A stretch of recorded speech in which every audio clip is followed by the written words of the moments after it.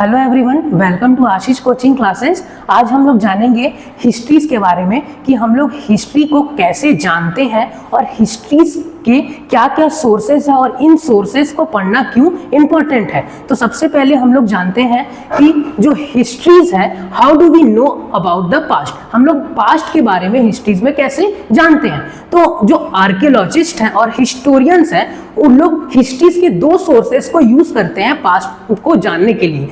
तो ये जो दो सोर्सेस होते हैं, एक होता है आर्कियोलॉजिकल सोर्सेस और दूसरा होता है लिटरेरी सोर्सेस। तो ये आर्कियोलॉजिकल सोर्सेस क्या है? तो archaeological sources are the study of human and prehistory through excavation of site and analysis of physical remain. मतलब आर्कियोलॉजिकल सोर्सेस ऐसे सोर्सेस होते हैं जिसको जो ह्यूमन और उनके प्री हिस्ट्री के बारे में पता चलता है, जिससे थ्रू द एक्सकेवेशन, खुदाई के बाद जो एक्सकेवेट होता है और जो रिमेन्स आते हैं, उसके कारण ह्यूमन के पास्ट को स्टडीज किया जाता है।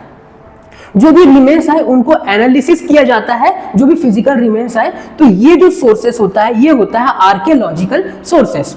लेकिन जो लिटरेरी सोर्सेस की बात करें, जो कि सेकंड है, लिटरेरी सोर्सेस क्या सोर्सेस होता है? ये हैंड रिटन रिकॉर्ड्स होते हैं। जो भी पास्ट में हैंड रिटन रिकॉर्ड्स होते हैं वो होते हैं लिटरेरी सोर्सेस। मतलब sources which is in a form of literature के फॉर्म में ये सोर्सेस होते हैं। तो ये जो लिटरेरी सोर्सेस है, ये फर्दर डिवाइडेड है टू पार्ट्स में, जिसका फर्स्ट है रिलीजियस लिटरेचर और सेकंड है सेक्युलर लिटरेचर। रिलीजियस लिटरेचर ऐसे लिटरेचर होते हैं जिसमें रिलीजियस मैटर इंक्लूड्स रहते हैं, जिसमें रिलीजियस मैटर पूरे इंक्लूड्स होंगे, जैसे गॉड्स के पिक्चर्स हो गए या फिर कोई श्लोक्स हो गए, ये सब इंक्लूड्स रहते हैं रिलीजियस मैटर में। तो ये होता है रिलीजियस लिटरेचर। लेकिन वहीं सेकंड हम लोग देखें जो सेक्युलर लिटरेचर, जिसमें नॉन रिलीजियस पार्ट होता है। नॉन रिलीजियस पार्ट में जो भी इंस्क्रिप्शन देखे जाते हैं, जो भी हैंड रिटन देखे जाते हैं, वो सेक्युलर लिटरेचर होता है। अब इसमें काम आता है इंस्क्रिप्शन। What is inscription? तो इंस्क्रिप्शन क्या होता है? These are the writings on very hard surface including stones, metals. मतलब ये किसी हार्ड सरफेस में लिखा हुआ राइटिंग होता है which is in a stone और मेटल से।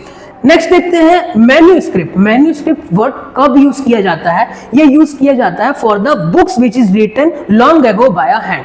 मतलब बहुत पहले जो हैंड रिटन बुक्स लिखे होते थे ऑन द पाम लीफ या फिर पाम लीफ में, या फिर on the bark of a tree, या फिर जो पेड़ की छाली होती है बार्क ऑफ अ ट्रीज में लिखे होते थे। इस टर्म्स इसके लिए जो टर्म्स यूज किया जाता है वो है मैन्यूस्क्रिप्ट।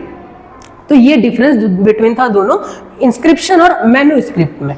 अब जो स्किल्ड गैदरर्स क्या है? तो skilled gatherers are the gatherers which gathers their food lives near the bank of Narmada rivers. मतलब जो एग्रीकल्चर करते थे, वो अपना क्रॉप्स खुद ग्रो करते थे, गैदर करते थे, वो होते हैं skilled gatherers. They are smaller. अब हम लोग देखते हैं एक टर्म्स आता है जिसको बोलते हैं ट्राइब्यूटरीज। ट्राइब्यूटरीज क्या होते हैं?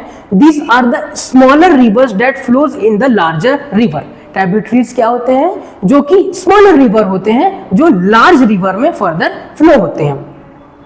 अब जो एग्रीकल्चर की स्टडी थी, जो एग्रीकल्चर के सोर्सेस मिले हैं, उसके अकॉर्डिंग ये जो एग्रीकल्चर हुए थे वो अप्रॉक्स 8000 ईयर पहले के थे, इनके जो रिमेन्स मिले हैं।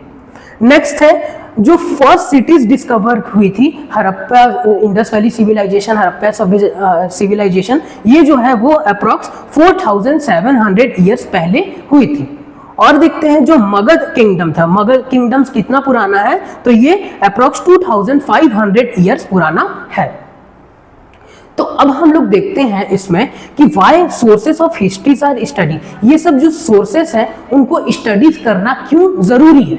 तो इनको स्टडीज करना इसलिए जरूरी है क्योंकि जो स्टडीज करते हैं हिस्टोरियंस या फिर आर्कियोलॉजिस्ट, ये दो ग्रुप्स में डिवाइडेड है। ये जो दो ग्रुप्स हैं, ये पहला ग्रुप है आर्कियोलॉजिस्ट और दूसरा है historians.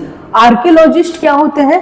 The remains buildings made of stones, bricks and painting. मतलब ये सब सोर्सेस को जो यूज करते हैं वो होते हैं आर्कियोलॉजिस्ट। आर्कियोलॉजिस्ट मतलब वो पास्ट को कैसे डिस्क्राइब करेंगे, वो from the remains of building made of stone, जो पुराने बिल्डिंग्स के मटेरियल्स हैं उन सब से, या फिर ब्रिक्स से, या फिर जो पुराने पेंटिंग्स हैं, इन सभी सोर्सेस को से वो डिस्क्राइब करेंगे जो पास्ट है उसको।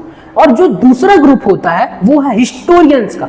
हिस्टोरियंस क्या करते हैं, ये uses the past information found in inscription, जो भी इंस्क्रिप्शन में या सील या फिर स्क्रिप्ट में इंफॉर्मेशन दिया रहता है उसको यूज करके पास्ट को डिराइव करते हैं, तो ये होते हैं हिस्टोरियंस। तो हम लोग देखें the difference between archaeologist and the historians. Archaeologist different sources को यूज करते हैं और जो हिस्टोरियंस है वो डिफरेंट सोर्सेज को यूज करते हैं फॉर डिस्क्राइबिंग द हिस्ट्री। मतलब हिस्ट्रीज को डिराइव करने के लिए दोनों अलग अलग सोर्सेज का यूज करते हैं।